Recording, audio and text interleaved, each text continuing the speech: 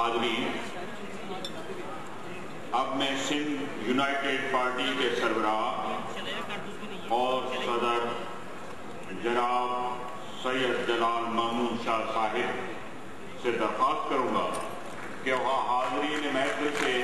اپنا خطاب فرمائیں۔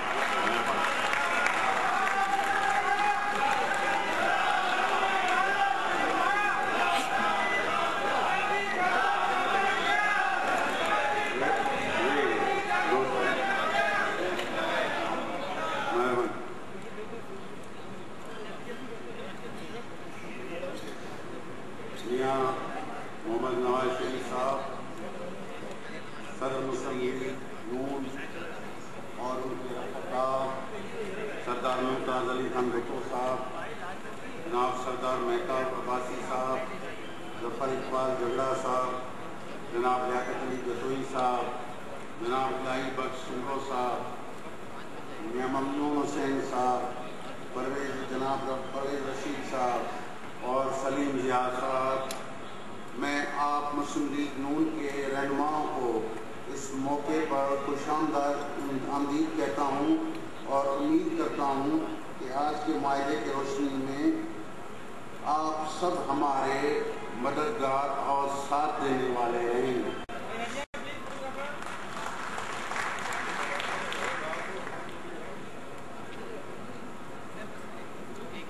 ایک نام میں جو جناب چودھری نثار احمد صاحب، جو اس ہماری ساری کارروائی میں ان کا بہت اہم رول ہے، چونکہ وہ آج نہیں ہیں، میں ان کو بھی اس حوالے سے ضرور یاد کروں گا۔ جناب اعلیٰ، مشترکہ ہند و پاک کی مسلم اکثریتی ریاستوں جیسا کہ بنگال، سندھ، پنجاب سرحد اور بلوچستان کی ریاستوں نے پنجاب کے ایکٹ کو مرکزیت پسند 1935 کے ایکٹ کو مرکزیت پسند آئین کہہ کے مسلم لیگ کی 40 والی قرارداد لاہور کے وعدے کی حمایت کرتے ہوئے پاکستان کے وفاق میں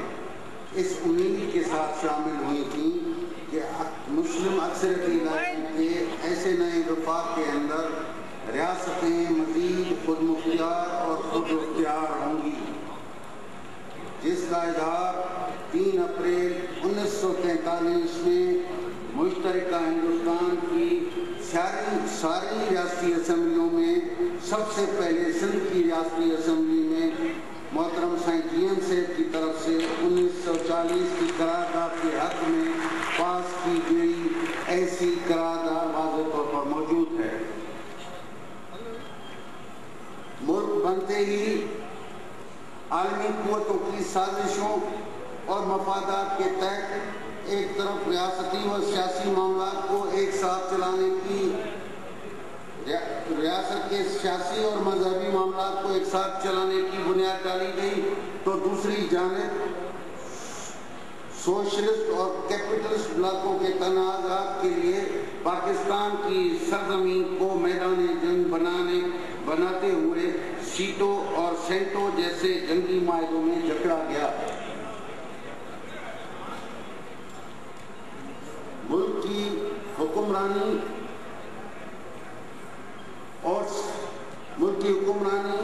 سول بیوروکریسی کے قبضے کے سول بیوروکریسی نے قبضہ کر لیا اور اقلیت کو اکثریت پر حاوی رکھا۔ غلامی کی پیداوار عوام دشمن کرپٹ سول بیوروکریسی کو ملک کے سیاسی اداروں اور سیاستدانوں کے اوپر حاوی رکھا گیا۔ ملک کے پہلے غیر مقامی وزیر اعظم نے وفاق کی سیکریٹریز کے لیے خصوصی ادارے جوڑ کر ان کے اوپر چودھری محمد علی کو سیکریٹری جنرل کے طور پر مقرر کیا، جس کے نتیجے میں اس کے وفاقی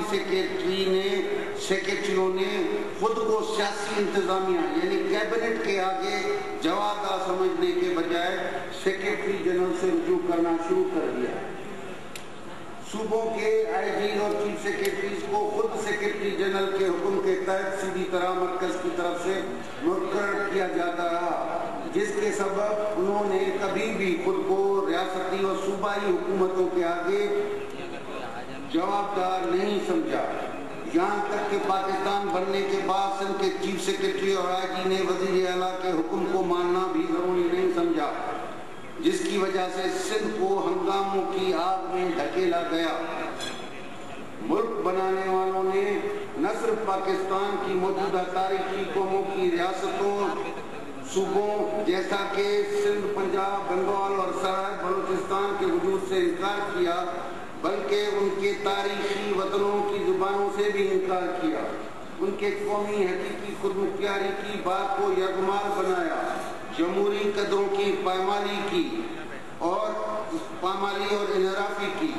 غیر قانونی اور غیر آئینی عملوں اور رول آف لا کا احترام نہ کرنے کے خلاف جن شخصیات نے آواز اٹھائیں انہیں ملک بننے سے لے کر مسلسل جیل میں رکھا گیا اور غدار کہا جاتا رہا۔ قومی وحدتوں کی جداگانہ ریاستی صوبائی حیثیت اور تشخص کے خلاف دوسرا قدم صوبوں کے جغرافیائی حدود کو ختم کر کے 1955 میں ون یونٹ اسکیم میں لاگو کی گئی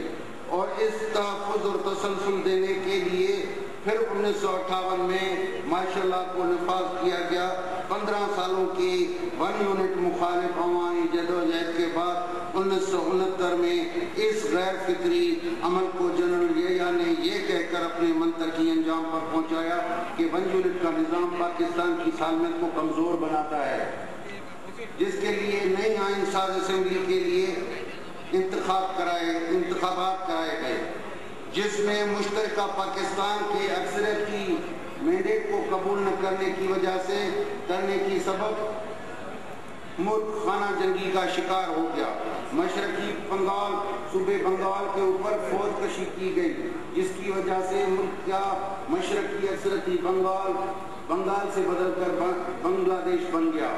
یاد رکھیے کہ مشرقی پاکستان کے ٹوٹنے کا سبب ریاستی صوبائی خود مختاری کے سوال کو نہ ماننا ہے،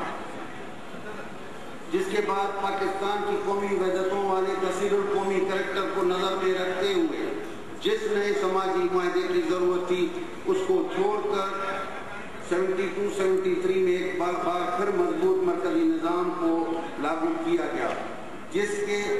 جس کے ساتھ کنٹرول ڈیموکریسی کے نظام کو بھی متعارف کرایا گیا، جس میں جمہوریت کا مطلب برابری کے بجائے عددی اکثریت کو بتایا گیا۔ ملک کی پارلیمنٹ کو ملک کے خارجی اور داخلی معاملات کو چلانے سے دور رکھا گیا، عسکری قوتوں کو آگے لایا گیا، جمہوری جماعتوں جیسا کہ نیب وغیرہ پر بندش لاگو کی گئی،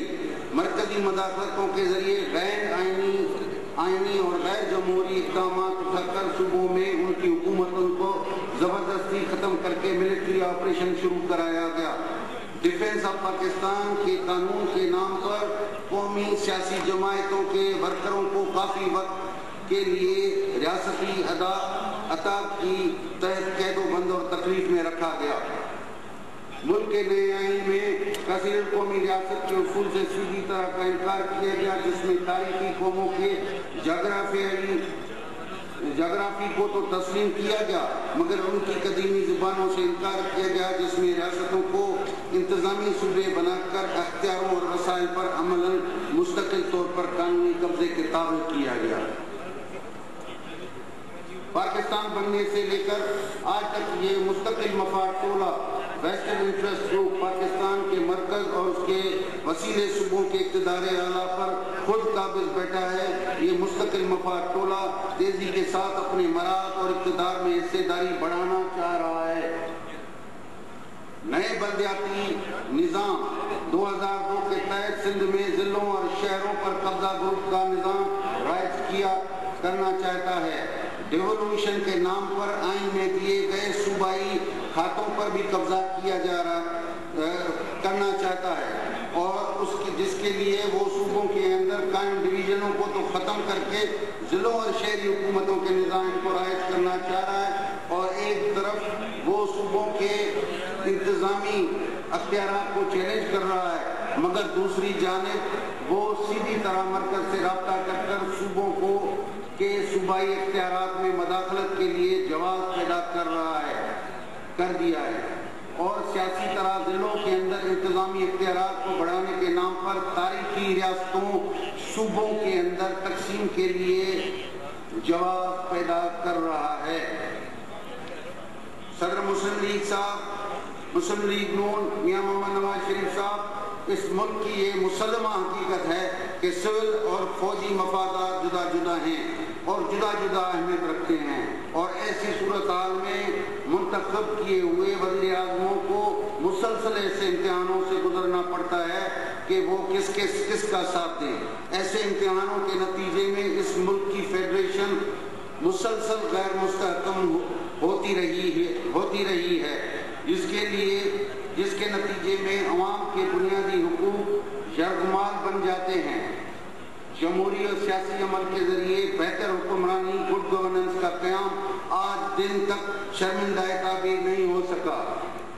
آج کنٹرول ڈیموکریسی کے ذریعے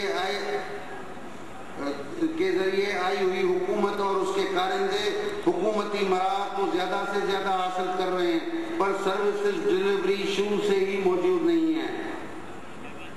رشوت خوری، چور بازاری، لاقانونیت، مہنگائی، بدامنی نے اس ملک کے عوام کا جینا مشکل کر دیا ہے۔ ملک وفاقیت کے روح کے خلاف مضبوط مرکزی قاعدوں کے تحت چل رہا ہے۔ آج وفاق میں قومی ریاستیں بے چین ہیں اور بغاوت پر اتر رہی ہیں، جس کے لیے بلوچستان کی مثال کافی ہے، اور اب سندھ میں بھی بے چینی بڑھ رہی ہے۔ 1970 سے 42 سال بعد آج پھر صوبے اپنی خود مختاری اور خود اختیاری کے سوال پر وفاق پاکستان سے ناراض ہیں۔ آج کے حالات میں پھر کوئی سانحہ ممکن ہو سکتا ہے۔ ایسی صورتحال میں آپ کا بڑے صوبے سے تعلق ہونا اور ملک کی ایسی بڑی سیاسی جماعت کا سربراہ ہونا بہت اہمیت رکھتا ہے۔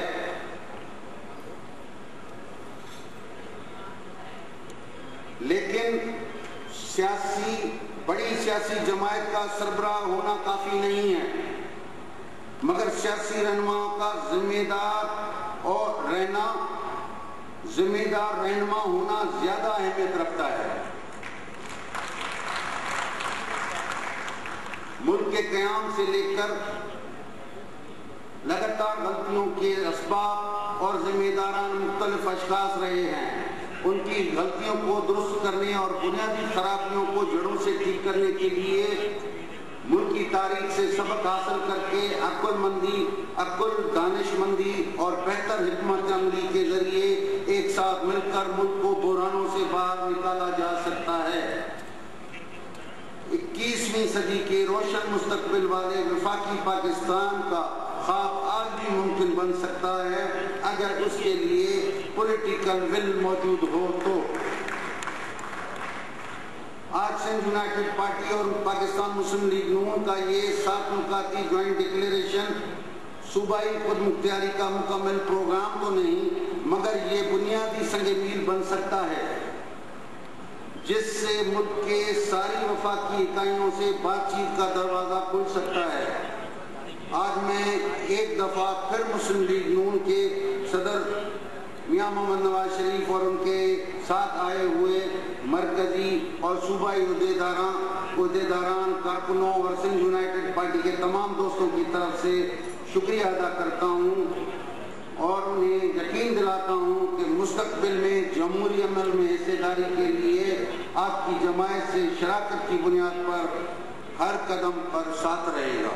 مہربانی، بہت بہت شکریہ۔ السلام علیکم۔